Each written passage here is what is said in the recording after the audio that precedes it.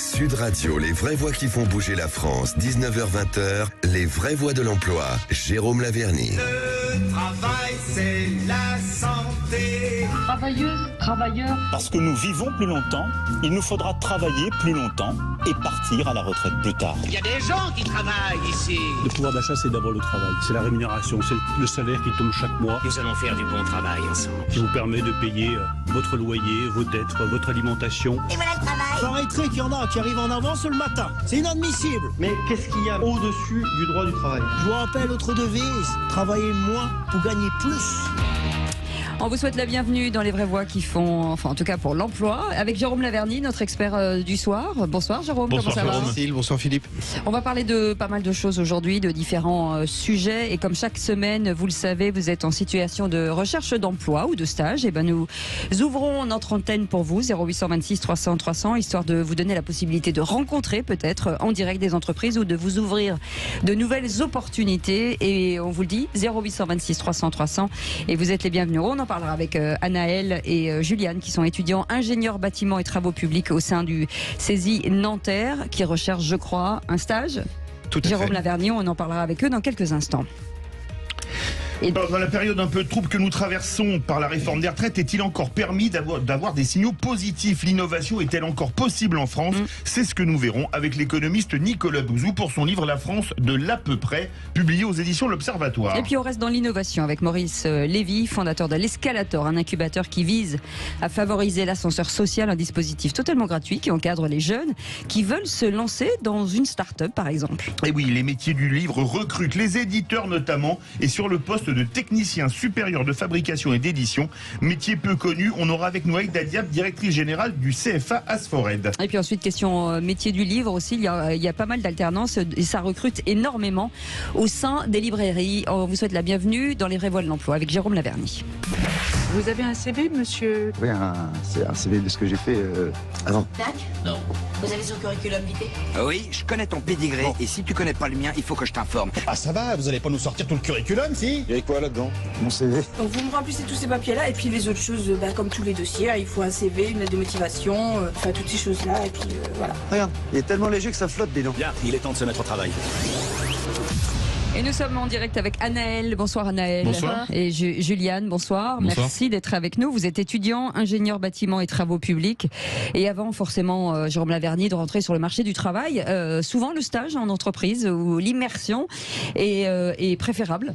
On s'achemine tout doucement vers l'été, n'en déplaise à Rémi André qui ne se prive pas, bien évidemment, de jeter le voile sur la plus belle éclaircie de la semaine, les vraies voies de l'emploi. Donc on s'achemine vers l'été, et vers l'été, eh bien, c'est forcément une recherche de stage, la préparation aussi parfois d'une alternance, il faudra qu'on en parle également. C'est un exercice périlleux, c'est un exercice pas toujours très facile, d'autant que dans le cas qui nous intéresse, eh bien, ces deux jeunes, Anaël et Juliane, cherchent un stage à l'étranger. Il y a une méthodologie qui n'est pas forcément très commode et sur laquelle il va falloir que l'on échange de telle sorte à ce qu'elle puisse à la fois soutenir Juliane et Anaël, mais aussi peut-être éclairer certains de nos auditeurs. Alors difficile de trouver en France, mais à l'international, c'est encore plus difficile. On va commencer par vous, Juliane. Merci d'être... c'est vous? Non, c'est pas Juliane, c'est vous. Alors, Anaël, oui, pardon. Julian ou Juliane? Juliane, d'accord. Okay. Juliane, justement, aujourd'hui, vous en êtes où? Est-ce que les relations entre la France et l'international, est-ce que c'est difficile? C'est un problème, j'imagine, de réseau aujourd'hui de trouver un stage. Vers qui vous vous tournez normalement? Alors déjà, je vous remercie de m'accueillir aujourd'hui sur ce plateau pour répondre à vos questions et également m'aider à trouver une entreprise à l'étranger. Donc en effet, les stages à l'étranger, c'est un peu compliqué de trouver, surtout avec les relations qu'on a en France. Enfin, on n'a pas trop de contacts ni trop d'opportunités de pouvoir postuler à l'étranger. Voilà, ce qui nous ralentit un peu dans notre démarche. Il y a un pays où peut-être qui pour vous est intéressant ou plus intéressant que les autres? Est-ce que où c'est vraiment très très large? Est-ce qu'on est en Europe? Est-ce qu'on dépasse ses frontières? Après, bon, ce serait mon opinion personnelle. C'est pas du tout en rapport avec mes études ou en rapport avec le BTP principalement, mais ce serait plus tourné vers le Japon. Ah oui. Vous parlez un peu japonais? Pas du tout. J'ai pas vu sur votre CV japonais, c'est pour ça. Ça démarre bien.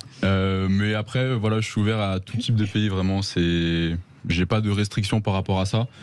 Le plus important, je trouve que c'est qu'on parte à l'étranger, qu'on puisse avoir une expérience à l'international. et qu'on puisse voir aussi les enjeux internationaux qu'il y a ailleurs qu'en France. C'est ça. Anaëlle, le Japon vous fait rêver aussi, ou il y a d'autres destinations? Moi, oui, ça me fait rêver parce que d'un point de vue architecture, c'est quand même des maisons ou des bâtiments assez atypiques qu'on ne retrouve pas du tout en France. Mais pour le coup, comparé à Juliane, qui a un pays vraiment qui préfère. Moi, vous êtes plutôt ouverte. Je suis très ouverte. J'ai eu la chance de pouvoir voyager plusieurs fois dans ma vie et de découvrir plusieurs pays. Et du coup, j'aime beaucoup voyager. J'ai pas forcément de contraintes particulières. On parle de réseau, forcément, Jérôme Laverny. Le problème, on l'a dit, c'est souvent les employeurs ou les stages, c'est souvent le problème de réseau. Est-ce qu'il y a des filières? Est-ce que quand on tape à la porte d'une entreprise française qui a effectivement des succursales à l'étranger, et est-ce qu'il faut s'adresser à la France qui elle transmet? Comment ça se passe? Oui, il y a plusieurs possibilités. En tout cas, la règle et la méthodologie, c'est de ne surtout pas avoir de méthodologie particulière. En réalité, on retouche là à un point assez bizarre, assez intéressant, et qu'il est précieux de dire pour nos auditeurs. Peu d'entreprises sont parfois diligentes dans la publication des offres de stage, mais en réalité vont prêter une oreille relativement bienveillante à la candidature de jeunes étudiants. Certaines entreprises mettent en place des VIE, volontariat international, qui sont des expériences absolument très enrichissantes, mais communiquent peu, communiquent mal. Et on est dans cette époque paradoxale où on dispose des moyens de communication absolument faramineux et où certaines entreprises sont un petit peu défaillantes sur le sujet. Donc comment faire pour trouver un stage, et particulièrement à l'étranger? Eh bien, il faut aller tous azimuts, y compris sur des offres d'emploi. Effectivement, par ce rebond qui va consister à passer par un siège en France pour essayer de se positionner sur des postes dès lors qu'on a identifié qu'ils existent à l'étranger, ou pourquoi pas faire un petit peu l'inverse et utiliser le réseau, c'est-à-dire les vraies voies de l'emploi. Vous avez une formation ingénieur bâtiment, vous voulez aller plutôt dans quoi? Dans le béton, la structure, les économies d'énergie Alors pour le coup, là je suis en alternance dans les travaux publics. D'accord. Du coup, vous êtes TP pur et dur alors. TP pur et dur, oui, c'est ça. Donc j'ai pas forcément... Donc VRD, etc. Exactement. Voirie, réseau, distribution. Oui, mais spécialisé dans l'aéronautique, donc les voiries aéronautiques. Mais vous avez déjà, j'imagine, identifié des entreprises, qu'elles soient françaises ou étrangères, qui pourraient vous intéresser, j'imagine? Oui, des grands groupes qui sont déployés à l'international, donc comme Vinci, Bouygues, Colas. Colas qui fait beaucoup de TP, mais à l'international c'est très compliqué parce que forcément il faut 6 mois, il faut partir 6 mois, et nous on recherche un stage de 3 mois, donc ça reste très court. Et ben, ma question c'est, pourquoi 3 mois en fait? Pourquoi pas 6 mois? Est-ce qu'on peut vraiment faire une immersion en 3 mois? Alors, c'est ce que votre école demande? C'est ça. Je pense que 3 mois ça suffit pas forcément, parce que il nous faut déjà 1 mois d'adaptation, donc se faire à la nouvelle culture, à la langue aussi, parce qu'il y a la barrière de la langue, mais aussi les entreprises ne fonctionnent pas forcément pareil à l'international. Donc je pense qu'il faut 1 mois d'adaptation, et ensuite les 2 mois, c'est là où on est dans le bain, on commence à se faire à la façon de travailler, mais du coup 3 mois ça suffit pas. Alors touchons un point pratique, en fait les stages sont forcément rémunérés au-delà de 2 mois, ce qui peut parfois, pas forcément à l'étranger, mais en France, poser un certain nombre de problèmes. Mais un stage peut être sécable, c'est-à-dire que si un étudiant sent que le fait de demander une rémunération est un élément bloquant, il peut tout à fait envisager de couper son stage en 2, de telle sorte à étendre le champ des possibles, et pourquoi pas donc avoir 2 expériences qui se cumulent et se juxtaposent. Et ça c'est très intéressant pour un étudiant. Juliane, vous aussi, vous êtes un TP pur et dur, ou vous êtes prêt à faire autre chose? Non, alors moi je fais mon alternance chez Batec, du coup une filiale de Vinci, et j'ai la chance de pouvoir travailler sur la nouvelle tour de Total Energy, The Link, à la Défense. Donc moi je suis plutôt dans le développement de l'architecture d'intérieur. D'accord. Donc voilà, plus... Donc cabinet d'architecte, ça peut vous intéresser? Non, parce que moi je suis vraiment dans le côté ingénieur de l'architecture d'intérieur. Bureau d'études? C'est ça. Après vraiment tout ce qui pourrait m'intéresser, c'est vraiment la structure, le béton. Des gens comme BTRM, Betom, etc. Exactement. Vous avez déjà eu des réponses, j'imagine. Qu'est-ce qu'ils vous disent? Est-ce que c'est la durée du temps de stage qui est compliqué? Est-ce que c'est quoi? Est-ce que c'est les compétences? C'est quoi le souci aujourd'hui? Alors, on n'a pas forcément eu de retour direct, mais on nous a vraiment exprimé que c'est la durée qui va causer problème, parce que c'est le problème d'investir pendant 3 mois sur quelqu'un qui va partir rapidement. C'est ça. Comment on fait, Jérôme Laverny? C'est quand même le chat qui se mord la queue, non? C'est là où il faut un accompagnement un peu particulier qui puisse permettre de soutenir. Alors l'école pourrait s'investir. Oui, il y a des solutions. Ouais. On peut suggérer. Alors petit coucou à l'école, qui peut s'investir aussi, qui peut se motiver. Rappelez-nous. Voilà. Mais au-delà de ça, on peut effectivement accompagner un jeune auprès d'une entreprise à essayer de concevoir pourquoi pas un contrat un peu plus long, qui en plus, en outre, puisse être rémunéré et permettre une stabilité et constituer une sorte de veilleur, c'est-à-dire un investissement pour l'entreprise, lui permettant, pourquoi pas, d'intégrer dans ses rangs de façon beaucoup plus pérenne et durable. Mais ça, il faut qu'il y ait une toute petite voix, et cette petite voix résonne dans les vraies voies de l'emploi. Voilà, en tout cas, merci pour rester avec nous. Dans un instant, on va vous parler d'innovation. Est-ce qu'on peut encore innover en France? On a deux acteurs importants, Nicolas Bouzou qui était avec nous, et on en parlera juste après, mais on parlera aussi de cet incubateur assez génial, de quelqu'un que vous connaissez bien, qui s'appelle Maurice Lévy, fondateur de l'Escalator. L'innovation en France, on en est où? Est-ce que ça progresse? Est-ce que c'est un métier d'avenir? On en parle dans quelques instants dans les vraies voies de l'emploi. À tout de suite. Et on continue ces vraies voies de l'emploi avec le grand mamamouchi de l'emploi sur Sud Radio pour faire du Molière, Jérôme Laverny, et avec deux invités vraiment de marque ce soir. Nicolas Bouzou pour son livre La France de l'à peu près, publié aux éditions de l'Observatoire, et un grand patron, Maurice Lévy, ancien patron de Publicis, qui a une idée géniale, lancer l'Escalator. Alors, c'est pour relancer l'ascenseur social. L'ascenseur, c'est pas bien pour les claustrophobes, mais l'Escalator, c'est parfait. On va en parler dans quelques instants, Jérôme. Ça n'est pas Molière, mais c'est un titre proche de Vladimir Jankélévitch, comme quoi on innove encore en France. Il faut le lire de façon... c'est une pépite qui, contrairement à ce qu'il pourrait laisser entendre dans son titre, n'est pas seulement... ne constitue pas simplement que une accumulation d'alertes, de critiques, de signalements, de dysfonctionnements. Il y a aussi des solutions, il y a aussi beaucoup de positivisme, de caractère positif dans cet ouvrage de Nicolas Bouzou. C'est passionnant. Et par les temps qui courent, ça fait du bien de se faire du bien à avoir un petit peu de perspective et d'analyse positive, précisément. Nicolas Bouzou, la France de l'à peu près, c'est quoi? C'est pas comme les ingénieurs qui se tromperaient de 2 degrés sur un bâtiment et que ça poserait vraiment problème. Oui, si vous voulez. Non, mais la France, c'est pas un pays qui chute, c'est pas un pays qui tombe, c'est pas ça. En France, on vit encore bien. Donc, en fait, ce qui pose problème en France, c'est que il y a plein d'imprécisions, il y a des gens qui font leur travail mais qui le font pas avec le niveau d'excellence qui est requis. Moi, je me suis beaucoup interrogé sur les politiques publiques, les politiques économiques que je trouve en France plutôt bien. C'est très rare que je me dise voilà une mesure qui va dans le mauvais sens. En général, je trouve que les mesures vont plutôt dans le bon sens, mais elles sont pas bien exécutées, elles vont pas au fond des choses. Quand elles sont mises en place, elles sont pas bien évaluées. Vous voyez, et en fait, tous ces petits défauts, ça finit par faire des problèmes. Si vous corrigez pas les fautes d'orthographe dans l'éducation nationale, au bout d'un moment, vous avez un vrai affaissement du niveau. Si vous laissez subsister tout un tas de process, de normes qui sont pas utiles à l'hôpital, eh bien, vous avez un hôpital qui, au bout de 20 ans, dysfonctionne complètement. Quand vous laissez l'URSSAF ou les administrations commettre plein d'erreurs sur les adresses, les montants à prélever, etc., au bout d'un moment, les artisans, ils deviennent complètement fous, vous voyez, ils en peuvent plus. Ah, le RSI à l'époque. C'était catastrophique. On était même, dans l'à peu près, là, on serait gentil. Voilà. Donc, vous voyez, en fait, ce que je veux dire, c'est ça. Et moi, ce qui m'agace dans notre pays, qui a des ressources absolument extraordinaires, je le dis pas par bien-pensance, je le dis parce que factuellement, on a plein d'entreprises, plein de start-up, plein de grosses entreprises dans tout un tas de secteurs, etc. On a un État qui, à mon avis, est trop gros, qui est trop bureaucratique, mais avec des gens très compétents, il n'y a pas de corruption, etc. Donc, je veux dire, c'est quand même un pays qui est un pays en or. Mais si on retrouvait un peu cette excellence, vous voyez, cette envie du travail bien fait, je vous le dis comme je le pense, la France pourrait être un paradis. Maurice Lévy, vous qui avez dirigé une très grande boîte française, Publicis, vous êtes connu par la France entière et même le monde entier. Vous êtes un des rois de la pub, comme on disait. Vous avez lancé justement l'Escalator. Est-ce que pour vous, j'ai lu votre communiqué de presse, vous voulez relancer l'ascenseur social? Est-ce que quelque part ça rejoint pas le livre de Nicolas Bouzou? Alors je dois avouer que je n'ai pas lu le livre de Nicolas Bouzou et j'en suis désolé, mais je suis d'accord sur le constat de l'à peu près.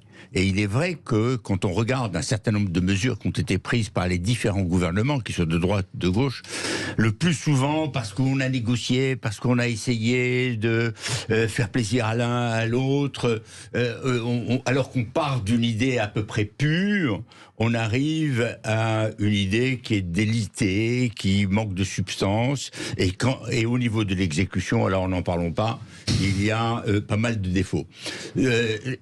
Donc sur cette idée de l'à peu près, malheureusement, on est à peu près d'accord. Sur maintenant l'escalator, c'est très simple. Il se trouve que après avoir créé Vivatech, j'ai observé tout ce qui se passait de très très près dans le domaine des startups. Et j'ai vu une chose, une espèce d'injustice, je n'aime pas le terme d'injustice, mais en fait, en tous les cas, quelque chose d'assez criant, qui est la différence de traitement entre ceux qui savent, ceux qui ont accès et ceux qui ont des soutiens, et ceux qui ne savent pas, qui n'ont pas d'accès et qui n'ont pas de soutien. C'est un fossé.